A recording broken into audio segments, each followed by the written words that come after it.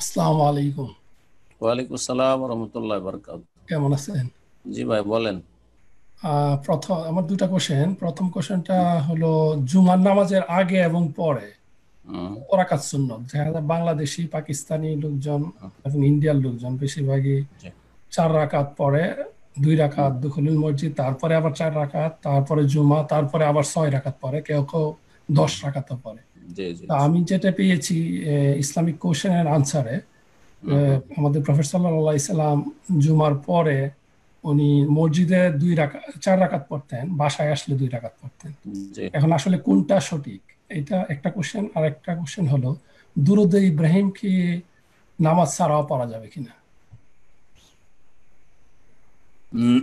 প্রথম প্রশ্ন হচ্ছে যে জুমার সালাত কত রাকাত। জুমার ফরজ সালাত 2 রাকাত আপনাদের জানা আছে। জুমার আগে কত রাকাত? এই ক্ষেত্রে রাসূলুল্লাহ সাল্লাল্লাহু আলাইহি ওয়াসাল্লামের যে হাদিস রয়েছে, যে সেটা আমভাবে রয়েছে, যে কোনো সময় মসজিদে প্রবেশের ক্ষেত্রে রয়েছে, আর জুম্মার দিন সম্পর্কেও রয়েছে সহিহ বুখারীতে, যে জুমার দিন যখন তোমাদের কেউ মসজিদে আগমন করবে ফালা ইয়াজালু, বসবে না যতক্ষণ পর্যন্ত 2 রাকাত সালাত আদায় না করে নেবে। এটা তাহিয়াতুল মসজিদের সালাত, সেটা হচ্ছে 2 রাকাত। তাহলে 2 রাকাত সালাত জুমার আগে এটা পড়তে হবে, যেটা সুন্নাতে মুআক্কাদা। সুন্নাতে মুআক্কাদা অনেকে ওয়াজিব পর্যন্ত বলেছেন, এটা সম্পর্কে আমাদের দেশে অবহেলা আছে। আর সেটা এসে সরাসরি পড়তে হবে, কিছুক্ষণ বসে গিয়ে নয়। এইটি আরেকটি বিদআত, কিছু লোকেরা আসে বসে তারপরে উঠিয়া শুরু করে না, সুন্নতের খেলাফ কাজ করে।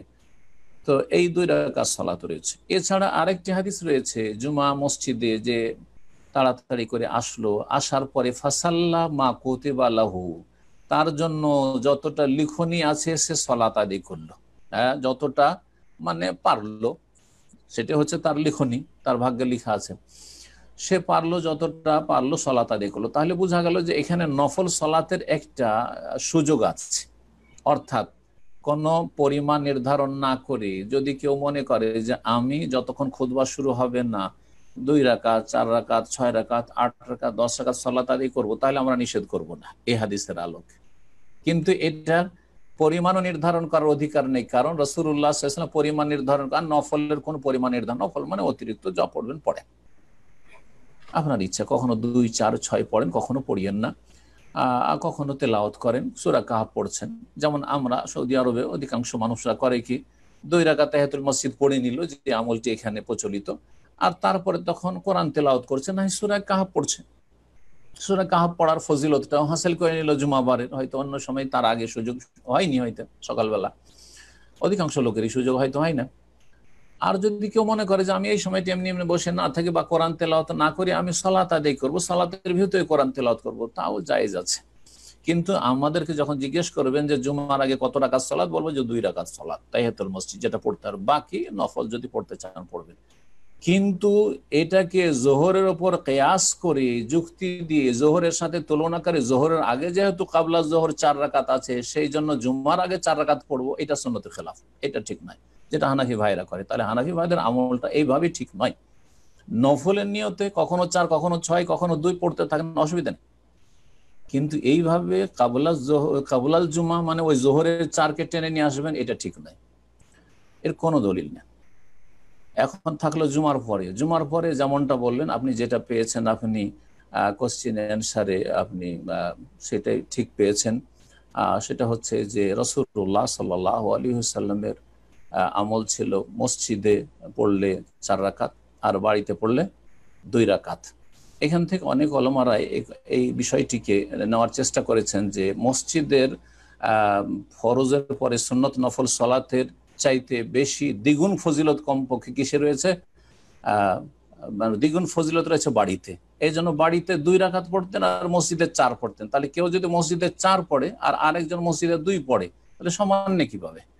কারণ রাসূলুল্লাহ সাল্লাল্লাহু আলাইহি ওয়াসাল্লাম বলেছেন আফজালু সালাতিল মারই ফি বাইতি ইল্লাল মাকতুবা, সবচেয়ে উৎকৃষ্ট সালাত মানুষের বাড়িতেই, ইল্লাল মাকতুবা, একমাত্র ফরজ ছাড়া। পুরুষদের জন্য ফরজ সালাতটা মসজিদে পড়াটাই উত্তম, মহিলাদের ক্ষেত্রে যত ভিতরে পড়বে ঘরে তত বেশি উত্তম, এমনকি ফরজ। জি, তো এই ছিল আপনার প্রশ্নের উত্তর। ইনশাআল্লাহ স্পষ্ট। বাকি আর দ্বিতীয় প্রশ্ন থাকলে বলেন। দ্বিতীয় কোশ্চেনটা হলো দুরূদে ইব্রাহিমটা কি নামাজ ছাড়াও হ্যাঁ, পড়া যাবে কিনা? দুরুদে ইব্রাহিম, দুরুদে ইব্রাহিম মূলত সালাতের ভিতরেই। কিন্তু মাঝে মধ্যে কখনো যদি পড়েন অসুবিধা নেই, পড়েন। কিন্তু এমনিও যদি এমনি আপনাকে সালাত পেশ করতে হয় অসুবিধা নেই, আল্লাহুম্মা সাল্লি ওয়া সাল্লিম আলা নবিয়িনা মুহাম্মদ, কোনো অসুবিধা নেই, এইভাবে পড়েন।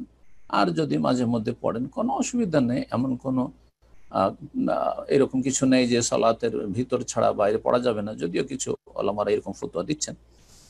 কিন্তু আসল হচ্ছে যে দুরুদ ইব্রাহিমে যেভাবে আছে, এটা যখন রাসূলুল্লাহ সাল্লাল্লাহু আলাইহি সাল্লামকে জিজ্ঞাসা করা হয় যে আল্লাহ তো সালাম পেশ করতে বলেছেন, সালাত পেশ করতে বলেছেন, তা আমরা তো জেনে নিয়েছি যে কাইফা নুসাল্লিম আলাইক, সালাম কেমন করে পেশ করবো, মানে আত্মায়াত শিখানো হয়ে গেছে, আসসালামু আলাইকা আইয়ুহান নবী ওয়া রাহমাতুল্লাহি ওয়া বারাকাতুহু, ফাকাইফা নুসাল্লি আলাইক, তাহলে আপনার সালাত কেমন করে পেশ করবো, কারণ দুটো হুকুম আল্লাহ করেছেন, সাল্লু আলাইহি ওয়া সাল্লিমু তাসলিমা।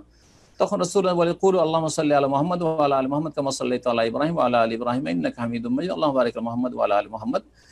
কিছু বাক্যের পার্থক্যের সাথে বিভিন্ন হাদিসগুলো রয়েছে, যতগুলি হাদিস রয়েছে আমল করতে পারেন, যে কোনোটার উপর অসুবিধা নেই। মাঝে মধ্যে কখনো যদি সালাতের বাইরে পড়েন তো ইনশাআল্লাহ তাআলা কোনো অসুবিধা নেই। আর সংক্ষেপে সালাত ও সালাম পেশ করে দেওয়াই যথেষ্ট ইনশাআল্লাহ। যেমন নবীর নাম আসলে বলছি সাল্লাল্লাহু আলাইহি ওয়াসাল্লাম বা আলাইহিস সালাতু ওয়াসসালাম, আমরা বলছি তাআলা আলাইহিস সালাতু ওয়াসসালাম, আরবরা অনেকে এরকম বলেন, কিন্তু ভারত উপমহাদেশে আমাদের প্রচলন শুধু সাল্লাল্লাহু আলাইহি ওয়াসাল্লাম, সালাত হয়ে গেল, সালাম হয়ে গেল, এইভাবে বাক্য পেশ করা সবটাই জায়েজ আছে। আল্লাহুম্মা সাল্লি ওয়া সাল্লিম আলা নবিয়িনা মুহাম্মদ, আল্লাহুম্মা সাল্লি ওয়া সাল্লিম আলা হাবিবিনা মুহাম্মদ, অসুবিধা নেই ইনশাআল্লাহ। জাযাকুমুল্লাহ খাইর।